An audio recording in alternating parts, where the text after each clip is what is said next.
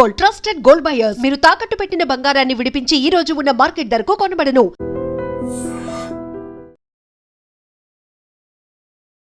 నమస్తే, welcome to I dream. బండి Sai Bhagirath POCSO కేసులో అరెస్ట్ అయినటువంటి నిందితుడు. అయితే ఈ పోక్సో చట్టంలో చాలా సీరియస్గా సెక్షన్స్ ఉన్నాయి. దోషిగా తేలితే 20 సంవత్సరాల వరకు జైలు శిక్ష పడే అవకాశం ఉంది. అంత ఈజీగా బెయిల్ వచ్చే అవకాశం లేదు. కానీ బండి సాయి భగీరథ్కి వ్యతిరేకంగానే చాలా వరకు ఆధారాలు పోలీసులు సేకరించారు. ఇక కష్టకాలమే ఇలాంటి చర్చ వినిపిస్తూ ఉంది. సరే, ఈ కేసులో ఇప్పటివరకు జరిగిన ఇన్వెస్టిగేషన్ బట్టి ఏం జరగబోతుందో, అసలు పోక్సో చట్టంలో ఏముంది, నిజంగానే బెయిల్ రాదా, ఈ అన్ని విషయాల గురించి మనం మాట్లాడే ప్రయత్నం చేద్దాం. ప్రస్తుతం స్టూడియోలో ఉన్నారు హైకోర్టు అడ్వకేట్ ఉదయకాంత్ గారు. మాట్లాడదాం. సార్ నమస్కారం. నమస్తే. ఉదయకాంత్ గారు, బండి సాయి భగీరథ్ అరెస్ట్ అయ్యాడు. ఆయన కోసం వెతుకుతూ ఉన్నారు. ఆయనే లొంగిపోయాడని కొంతమంది చెప్తారు, లేదు పోలీసులు అరెస్ట్ చేశారు. సో ఏదేమైనప్పటికీ చర్లపల్లి సెంట్రల్ జైల్లో ఆయన అరెస్ట్ అయి ఉన్నాడు. 14 రోజులు రిమాండ్లో ఉన్నాడు. ఈ పోక్సో చట్టం అసలు ఏం చెప్తుంది సార్? ఫస్ట్ చట్టం గురించి మాట్లాడదాం, తర్వాత కేసు గురించి మాట్లాడదాం. నిజంగా బెయిల్ రాదా? ఇక బండి సాయి భగీరథ్ బయటికి రాలేడా?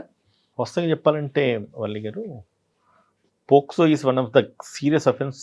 ఉన్న చట్టాలలో అన్నిటికంటే కూడా ఒక సీరియస్ అఫెన్స్ ఏదైతుందో పోక్సో అనుకోవచ్చు.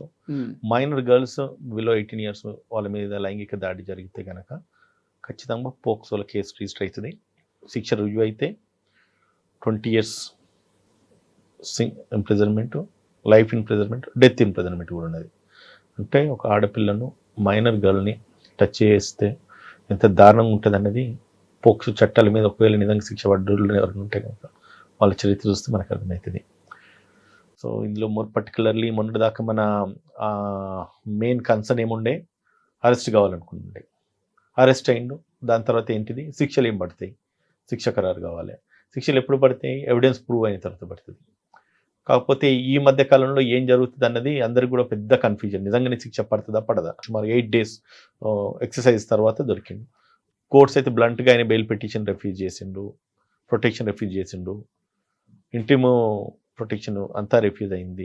దాన్ని బట్టి ఏమర్థమవుతుందంటే అఫెన్స్ గ్రేవ్ అఫెన్స్. ఎంత టోల్ అయినా కూడా న్యాయస్థానం ముందు తలొగ్గాల్సిందే.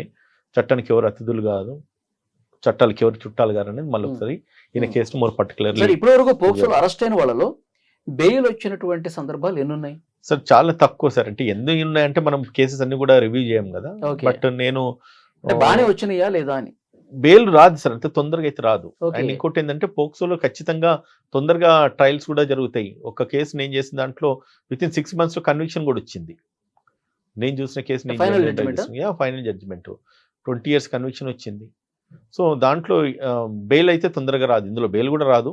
సమ్ టైమ్స్ బెయిల్ ఇన్వెస్టిగేషన్ ప్రాసెస్లో కూడా శిక్షల ఖరారైన దాఖలాలు కూడా చాలా ఉన్నాయి. ఎవిడెన్స్ ఇన్ఫ్లుయెన్స్ చేస్తాడా, విట్నెస్ తారుమారు చేస్తాడా, లేదంటే ఆ పేరెంట్స్ని ఏమైనా ఇన్ఫ్లుయెన్స్ చేస్తాడా, బెదిరిస్తాడా, ఇవన్నీ కూడా వస్తాయి కదా. ఎందుకంటే లాస్ట్ టైం ఎప్పుడైతే వాళ్ళు పోయేసి ఏదో జరిగిన ఇన్సిడెంట్ చెప్పుకుందామని అనుకున్నప్పుడు పోయి వాళ్ళ ఇంటికి పోయి మాట్లాడినప్పుడే తను బెదిరించిండని చెప్పేసి ఆమె ఒక శ్వేతపత్రం లెక్క ఒక లెటర్ రిలీజ్ చేసింది కదా, ప్రెస్ నోట్ రిలీజ్ చేసింది కదా.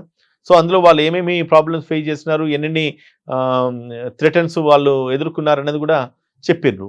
ఆ స్టేజ్లోనే జరిగినప్పుడు ఇప్పుడు ఆ అమ్మాయి కనుక ఎవిడెన్స్ రావడానికి ఉంటే కనుక ఆమె ఎవిడెన్స్ రికార్డ్ చేయాల్సిన పరిస్థితిలో ఏం జరుగుతుందేమో తెలియదు కదా సార్.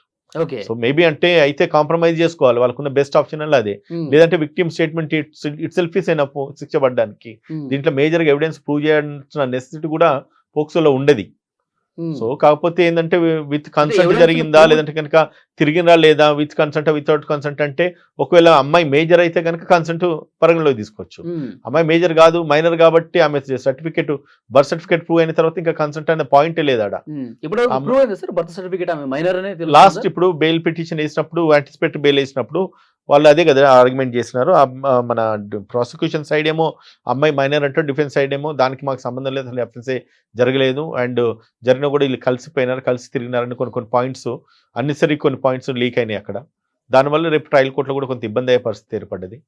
సో అవన్నీ కూడా ఆలోచిస్తే కేసు ప్రూవ్ కాదు అనుకోవడానికి అయితే లేదు వల్లి గారు. ఇట్ విల్ డెఫినెట్లీ 90% కేసు అయితే ప్రూవ్ కావాలి, అంటే కన్విక్షన్ రావాలి ఈ కేసులో. బండి సాయి భగీరథ్ జైల్లో ఉన్నాడు సార్. ఇప్పుడు మధ్యంతర బెయిల్ ఇలాంటి పోక్సో కేసుల్లో జానీ మాస్టర్ కేసుని కొంతమంది ఉదాహరణగా చూపిస్తూ ఉన్నారు. ఆయనకు మధ్యంతర బెయిల్ వచ్చింది, సేమ్ ఇదే పోలికలు ఉన్నటువంటి కేసు అని మాట్లాడుతూ ఉన్నారు. అంటే వాళ్ళు ఒకవేళ జైల్లో ఉన్నప్పుడు పేరోల్స్ మీద బయటికి రావచ్చు. అది ఎప్పుడు కన్విక్షన్ వచ్చిన వాళ్ళకి. ఇంట్లో మధ్యంతరాల వేర్లు అట్లా ఏ ఉండదు. సో కాబట్టి unless the guilt is proved he should be presumed innocent కాబట్టి బెయిల్ మ్యాటర్ ఆఫ్ రైట్ కింద అడుగుతారు. ఎవిడెన్స్ను ట్యాంపర్ చేయడం, విట్నెస్ను ఇన్ఫ్లుయెన్స్ చేయడానికి ఇట్లా సందర్భం ఉంటే ఎటు తప్పించుకోవడానికి అనుకుంటే, ఎందుకంటే ఈయన కేంద్ర మంత్రి కొడుకు కాబట్టి ఎటైనా తప్పించుకోవచ్చు రేపు బెయిల్ ఇచ్చినా కూడా. అటువంటిప్పుడు ఎవిడెన్స్ లీడ్ చేయడానికి ప్రాబ్లం అయితే అనుకునే సందర్భంలో ఖచ్చితంగా they will definitely hold for some time. నాకు తెలిసి 30 రోజులు అయితే మినిమం హోల్డ్ చేయాల్సిందే. ఆ పైన తర్వాతనే వస్తే ఇట్లా రావచ్చేమో. కానీ ఎంత ఇన్ఫ్లుయెన్స్ ఉన్నా కూడా ఒకవేళ ఇన్ఫ్లుయెన్స్ ఉండి తొందరగా బెయిల్ వచ్చింది అనుకోండి, తండ్రి ఇన్ఫ్లుయెన్స్ వాడుకున్నారని ఒక బ్లేమ్ మళ్ళీ ఆయన మీద పడుతుంది, బీజేపీ మీద పడుతుంది. అండ్ దాని తర్వాత జ్యుడిషియరీ మీద కూడా ఇప్పటికే చాలా ప్రాపగండాలు చేస్తూ ఉన్నారు అన్నెసరీగా, తప్పుడు ప్రచారాలు బాగా చేస్తూ ఉన్నారు. హైకోర్టు మీద అట్లా టార్గెట్ చేసి మాట్లాడిన ప్రజలు రేపు లోవర్ కోర్టులో ఒకవేళ నిజంగానే బెయిల్ ఇచ్చింది అనుకోండి, ఆ ఇన్వెస్టిగేషన్ మొత్తం పూర్తి కాకముందే, సో అప్పుడు కూడా మళ్ళీ రాంగ్ మెసేజ్ పోతుంది కదా. సో కాబట్టి నేనేమంటే 30 days మినిమం పెట్టుకోండి సార్, రిమైండ్ అయిన డేట్ నుంచి ఇప్పటిదాకా అయితే టు మై నాలెడ్జ్ బెయిల్ రావద్దు అనుకుంటున్నాను. అంటే చాలా కష్టం అంటున్నారు కదా చాలా కేసులు. అవును, మరి కష్టమే, పోక్సోలోకి బెయిల్ రావడం అయితే చాలా కష్టము. మైనర్ గర్ల్ కొంచెం అవకాశం ఉందంటున్నారు మళ్ళీ. అవును, డిపెండ్స్ అపాన్ ద ఆర్గ్యుమెంట్ ఉంటుంది కదా. డిఫెన్స్ వాళ్ళు ఆర్గ్యూ చేస్తారు కదా, అసలు నేరమే జరగలేదు, అబ్బాయి ఎక్కడికి కలిసిపోలేదు, తిరగలేదు, ఈ అలిగేషన్స్ ఏవైతే రేజ్ చేసిన అన్ని కూడా తప్పుడు అలిగేషన్లు, ఏమిట్లో ఏం లేదు, ఆ మీద కేసు పెట్టిండ్రు వీళ్ళు, హనీ ట్రాప్ అని చెప్పి కేసు పెట్టిండ్రు, 50,000 తీసుకుందని చెప్పి పెట్టిండ్రు. అట్లా లెక్కలు చూస్తా అంటే ఆయననే ఈమె దగ్గర ఎక్కువ డబ్బులు తీసుకున్నట్టుగా ఉన్నదంటే బ్యాంక్ స్టేట్మెంట్ ఎవరు అనగా విన్నా. కోర్టులో ఆర్గ్యుమెంట్స్ లో కూడా అదే వచ్చింది, హైకోర్టులో కూడా. అంటే వీళ్ళు ఎక్కడా తిరగలేదు, వీళ్ళే హనీ ట్రాప్ చేశారని చెప్పి దాన్ని ప్రూవ్ చేస్తే ఈయనకి శిక్ష నుంచి బయటపడతాడు. అది ప్రూవ్ కాదు సార్, అది అట్లాంటి ఆలోచనలు ఏమైనా ఉంటే కనుక హ్యావ్ టు రిమూవ్ ఇట్. ఎందుకంటే ట్రాప్ చేయాల్సిన నెసిటీ ఆమెకు లేదు. పోనీ అట్లేమన్నా ఫైనాన్షియల్ బెనిఫిట్స్ ఈమెకు అందినాయా, ఈయన నుంచి ఏదైనా ఇన్ఫర్మేషన్ తీసుకొని ఇంకేదైనా వేరే కంట్రీస్కో లేకపోతే వేరే ఎవరికైనా పాస్ చేసే అవకాశాలు ఏమైనా ఉన్నాయా, ఈయన ఏమన్నా బ్లాక్మెయిల్ చేసినట్టుగా ఎవిడెన్స్ ఏమైనా ఉన్నాయా? వాస్తవం ఏంటంటే ఒకటి తిరిగింది అనేది వాస్తవం. తిరగడం అమ్మాయి కన్సెంట్తోనే వితౌట్ కన్సెంట్ అనేది ఇక్కడ పరిగణలోకి రాదు, ఎందుకంటే మైనర్ గర్ల్ కాబట్టి. Right sir. సో అటువంటిప్పుడు ఇంకెక్కడున్నది question there is no point that తిరగలేదు అనడానికి, లేదు తిరగలేదని చెప్పి తప్పించుకోవడానికి. ఎందుకంటే వాళ్ళే కొన్ని వీడియోస్ రిలీజ్ చేసిండ్రు, అది కూడా వాళ్ళకు అది ఎంత ఆవేశంగా చేసినా కూడా తెలివి ఉండి చేసినా తెలియజేసిండ్రు. మొత్తానికి వాళ్ళిద్దరు కలిసి తిరిగినాయి, ఆనందిని పెట్టుకున్నాయి, మళ్ళీ దాని తర్వాత గుళ్ళకు పోయేటి, కార్లలో తిరిగేటి, ఇవన్నీ రిలీజ్ చేయడం వల్ల ఏమైంది, వాళ్ళిద్దరు రిలేషన్ ఎస్టాబ్లిష్ అయింది కదా. దానికి ఏమైంది, కొంచెం ఆద్యం పోసినట్టు అయింది ఆమె రేజ్ చేసిన అలిగేషన్కి. అవునా కదా సార్? ఓకే, నువ్వు ఏదైతే అలిగేషన్ రేజ్ చేసినావో వీళ్ళ రిలేషన్స్ ఎస్టాబ్లిష్ తిరిగినారన్నది వీళ్ళే ఎవిడెన్స్ కోర్టు ముందు సమర్పించుకున్నారు, లేకపోతే సోషల్ మీడియాలో స్ప్రెడ్ చేసినారు. దీన్ని బట్టి ఏమర్థమవుతుంది, వాళ్ళిద్దరు రిలేషన్ ఉన్నట్టుగా. రిలేషన్ ఉన్నది కాబట్టి అమ్మాయి మైనర్, అబ్బాయి మేజర్ కాబట్టి అఫెన్స్ జరిగిందని చెప్పి అనుకోవచ్చు. జరిగినప్పుడు it's a clear case for conviction కదా. ఓకే, అంటే కొన్ని తీర్పులను బట్టి తెలుస్తూ ఉంది, అమ్మాయి మైనర్ అయినా సరే కానీ ఆమె చూడటానికి ఆమె అంటే ఆమెకి మొత్తం సమాజం పట్ల ఆమెకి ఏం జరుగుతుంది ఏంటన్నది ఆ అవగాహన ఉంది అని చెప్పి జడ్జి భావిస్తే, అంటే చట్టం పక్కన పెట్టేసి ఆమె చూడటానికి ఏ విధంగా ఉంది, ఆమెకి తెలిసి జరిగిందా తెలియ జరిగిందా, ఆమె ఆ కాన్సెప్ట్తో ఉందా లేదా, ఈ విషయం ఒక క్లారిటీ జడ్జికి వస్తే ఆమె మైనర్ అయినప్పటికీ కూడా డెసిషన్ వేరేగా తీసుకునే అధికారం జడ్జికి ఉంది. తప్పుడు ప్రచారం అది లేనే లేదు. 1 day మైనర్ అయినా కూడా it comes under POCSO, and దాని తర్వాత దానికి ఖచ్చితంగా శిక్ష పడుతుంది. జడ్జి గారి ఇంటర్ప్రిటేషన్స్ ఇక్కడ ఏమి పని చేయి. ఓకే, అంటే మామూలుగా ఏం మాట్లాడుకుంటారంటే she has a knowledge, though it is she is a minor, she has a knowledge, ఏం జరుగుతుందన్న నాలెడ్జ్ ఆమెకి ఉంది. సో కాబట్టి ఇది అఫెన్స్ కాదని చెప్పేసి మేబీ కొందరు ఆర్గ్యూ చేస్తే చేయొచ్చు. బట్ దానికి బెయిల్ పిటిషన్కే ఆ ఆర్గ్యుమెంట్స్ సపోర్ట్ చేయలే, బెయిల్కే సపోర్ట్ చేయలేదు. కేసు ఫైనల్ డెసిషన్కు ఆ ఆర్గ్యుమెంట్ ఎట్లా సపోర్ట్ చేస్తా అనుకుంటాము. ఓకే, సో అవ్వదు సార్. అటువంటి ప్రస్తావన ఏదన్నా వచ్చినా కూడా ఇట్స్ రాంగ్ మెసేజ్ అది. అంటే ఇప్పుడు బండి సాయి భగీరథకి తలుపులన్నీ మూసిపోతున్నట్టే కనిపిస్తుందా ప్రస్తుతం చూస్తుంటే? 90% నాకున్న నాలెడ్జ్లో మూసుకుపోయినట్టే. ఎప్పుడైతే ఆయన నువ్వు రిమైండ్ చేసినారో 90% ఫెయిల్ అయినట్టే. దాని తర్వాత ఆయన అంటే ఆయన నిజంగానే తప్పించుకోవాలి, లేదంటే బయటికి రావాలంటే కనుక అమ్మాయి సపోర్ట్ చేస్తే తప్ప ఆయన బయటికి రావడం అయితే కష్టం సార్. సపోర్ట్ చేయాలంటే ఏమన్నా ఆమె హాస్టల్ కావాలి, ఏం జరగలేదని చెప్పుకోవాలి. ఇప్పుడు మరి ఆ మాటలో చెప్పుకుంటే ఇప్పుడు కోర్టుని తప్పుదోవ పట్టించినట్టుగా. కోర్టును తప్పుదో పట్టించినట్టే చాలా మంది తప్పుదో పట్టిస్తా ఉన్నారు. ఉమ్, దానికి పెద్దగా ఏమి ఉండదు. బట్ ఉమ్. అంటే సమ్ సర్కమ్స్టెన్సెస్ అంటే ఇంకా లీగల్ ఆస్పెక్ట్స్ ఉంటాయి కదా, దాన్ని ఆశ్రగా తీసుకొని she has to um. Hostel that ఆ కేసు. బాధితురాలు కానీ బాధితురాలు తల్లి కానీ ఇచ్చినటువంటి ఆ స్టేట్మెంట్స్, ఇచ్చినటువంటి కంప్లైంట్, వీటి ఆధారంగా వీళ్ళు మళ్ళీ యూటర్న్ తీసుకునే అవకాశం ఏమైనా కనిపిస్తుందా ఒక అడ్వకేట్ గా మీ కేసును పరిశీలించిన దాని మీదుగా? ఒకటండి, ఇప్పుడు క్షణికంగా కొందరు కొన్ని పొరపాట్లు చేస్తారు, క్షణికావేశాలతో కొంత తప్పులు చేస్తారు.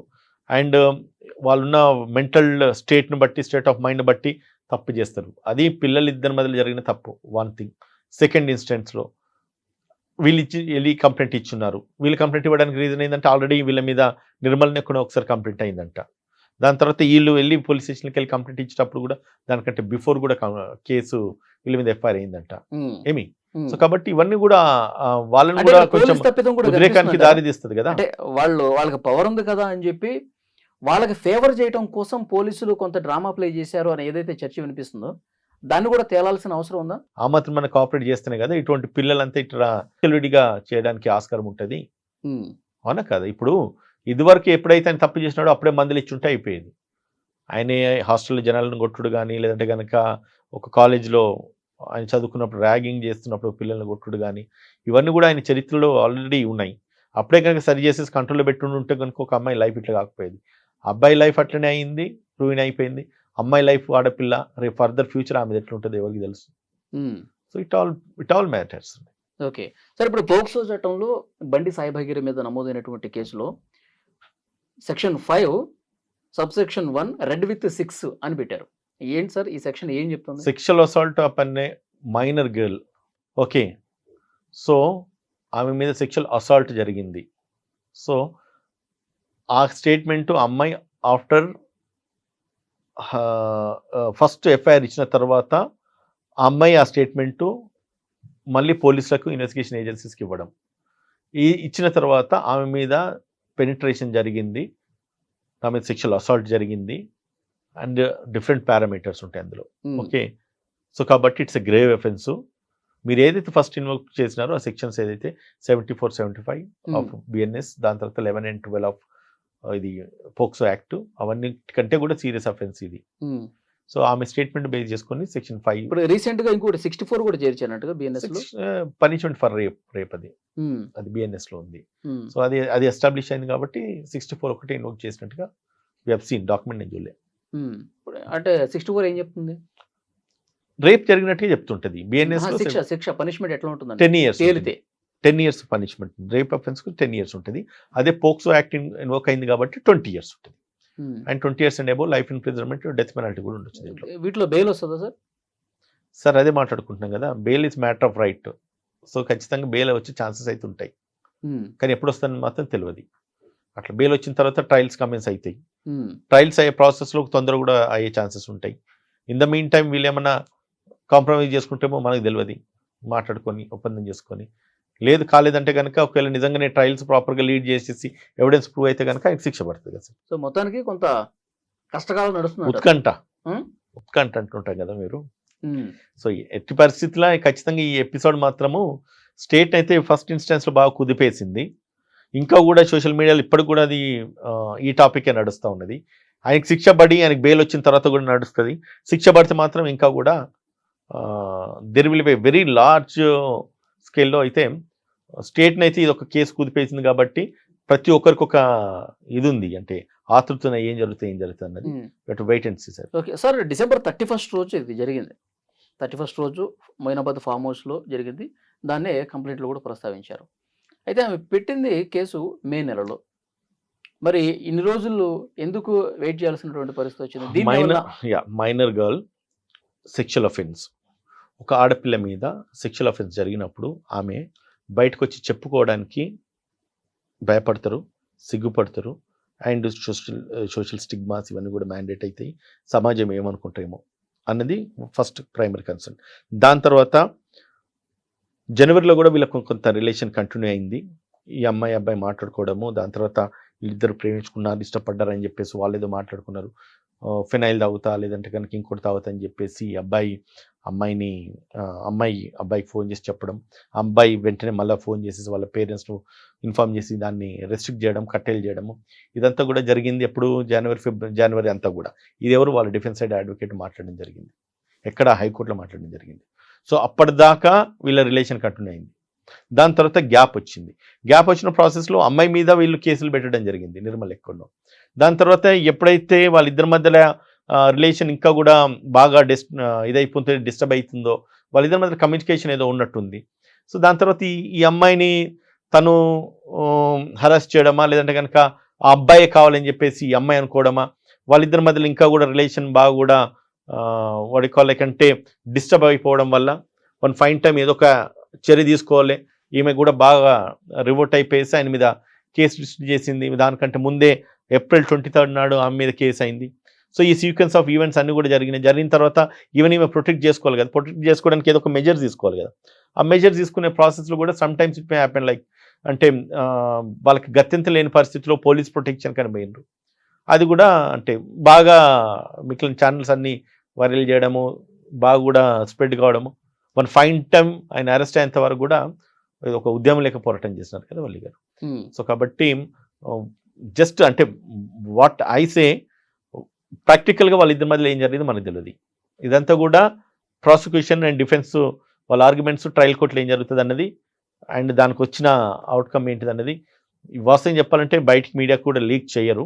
బట్ మన స్పెక్యులేషన్స్ ఏవైతున్నాయో అవి కూడా పబ్లిక్ ఎక్స్ప్రెస్ చేయాల్సిన అవసరం ఉంటుంది. టైం వచ్చినప్పుడు డిసైడ్ అవుతుంది అంతా కూడా. ఓకే. సో ఫైనల్గా బండి సాయి భగీరథ్కి అయితే ఆ అమ్మాయి ఏదైతే కేసులు పెట్టారో దాన్ని వెనక్కి తీసుకోవడం కాంప్రమైజ్ అయితే తప్ప ఆయన సేఫ్గా బయటకు వచ్చే అవకాశం అయితే లేదంటారు. 90% ఛాన్సెస్ అయితే లేవు సార్. చూద్దాం నెక్స్ట్ ఏం జరగబోతుందో. Thank you sir. Thank you.